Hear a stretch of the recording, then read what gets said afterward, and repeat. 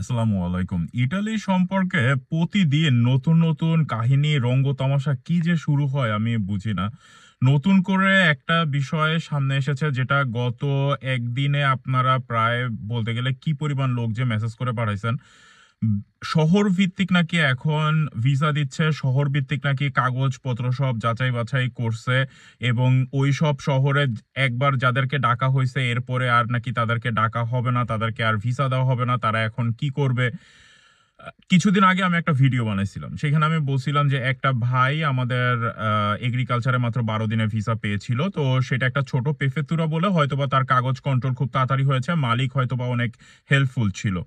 এখন আপনি যদি তুলনা করেন বাড়ি অথবা ভেরোনা শহরের কথা, যেখানে 2,000 2,500-এর উপরে যেখানে কোঠা চলে যায়, অনেক বড় বড় শহর, রোম শহর বলেন, কিছু কিছু জায়গায় আপনার অনেক বড় কোঠা থাকে, এইখানে কাগজ বের হইতে হয়তো বা একটু দেরি হইতে পারে। কিন্তু তাই বাদে সেইটা বলে যে একেবারে শহর ভিত্তিক তারা বিবেচনা করবে, এইটা কখনোই হবে না। আপনি একটু চিন্তা করেন, একটা গ্রীষ্মকাল, শীতকাল, যেই সিজনই আসুক না কেন, আমার আজকে ধরেন ইটালির উত্তর অঞ্চলে যে অবস্থা, দক্ষিণ অঞ্চলে কি সেই অবস্থা না? একই তো অবস্থা। তো উত্তর অঞ্চলের লোক লাগলে দক্ষিণ অঞ্চলে কি লোক লাগবে না? এই জিনিসটা আপনারা বুঝেন না। লোক সব জায়গায় লাগে। আজকে এই মালিকের লাগতেছে, অমুক শহরে অন্য শহরে কি অন্য মালিকের কি কোনো লোক লাগবে না?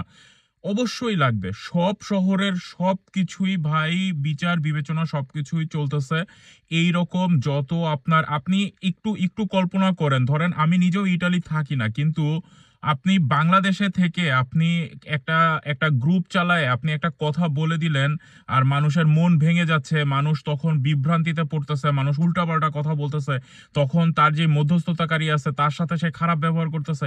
এই জিনিসগুলো তো ঠিক না। তো যারা এই কাজগুলা সত্যি কথা বলতে করেন, এগুলা থেকে আমি মনে করব যে আপনারা সরে আসেন। একটা বিষয়ে কিন্তু অবশ্যই আপনাদের বিবেচনায় নিতে হবে, সেটা হলো বৃহত্তর কাম্পানিয়া যেই অঞ্চল, অর্থাৎ এর যে চারটা আহ, যেই শহর আছে, সালের্নো, কাসেরতা, আভেলিনো, আর হইলো নাপোলি। আমাদের মানে এই চার ভাই, আভেলিনো বাদ দিলে তিনটা যেই শহর, নাপোলি মানে পুরা মার্কা মারা, সালের্নো পুরা মার্কা মারা, কাসেরতা তো আপনারা জানেনই। তো সালের্নো এবং নাপোলি আমি বলবো যে যাদের মূল্য অবস্থা উঠছে, দয়া করে আপনাদের মধ্যস্থতাকারীর সাথে কথা বলেন।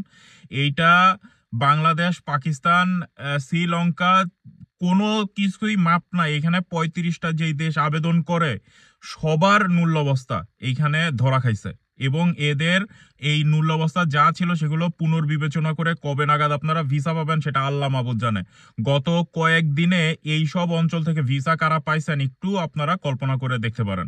এটাই হলো বিবেচনার বিষয়। কিন্তু তা বাদে মানে এই বৃহত্তর কাম্পানিয়া, নাপোলি, সালের্নো, কাসেরতা, আভেলিনো, এই চারটা শহর বাদে ইটালির যতগুলা প্রেফেক্তুরা আছে, সেই জায়গা থেকে আপনার ভবিষ্যতেও কাগজ বের হবে, কন্ট্রোলও চলবে, ভিসাও হবে। এগুলো নিয়ে আপনারা কোনো মাথা ঘামায়েন না। জাস্ট আপনাদের মালিকের সাথে সুসম্পর্ক রাখার চেষ্টা করেন, আপনাদের মধ্যস্থতাকারীর সাথে সুসম্পর্ক রাখার চেষ্টা করেন। অন্য কোনো দিকে আপনারা মাথা ঘামায়েন না, এটাই আমার সাজেশন হবে। ভালো থাকবেন সবাই। আল্লাহ হাফেজ। আসসালামু আলাইকুম।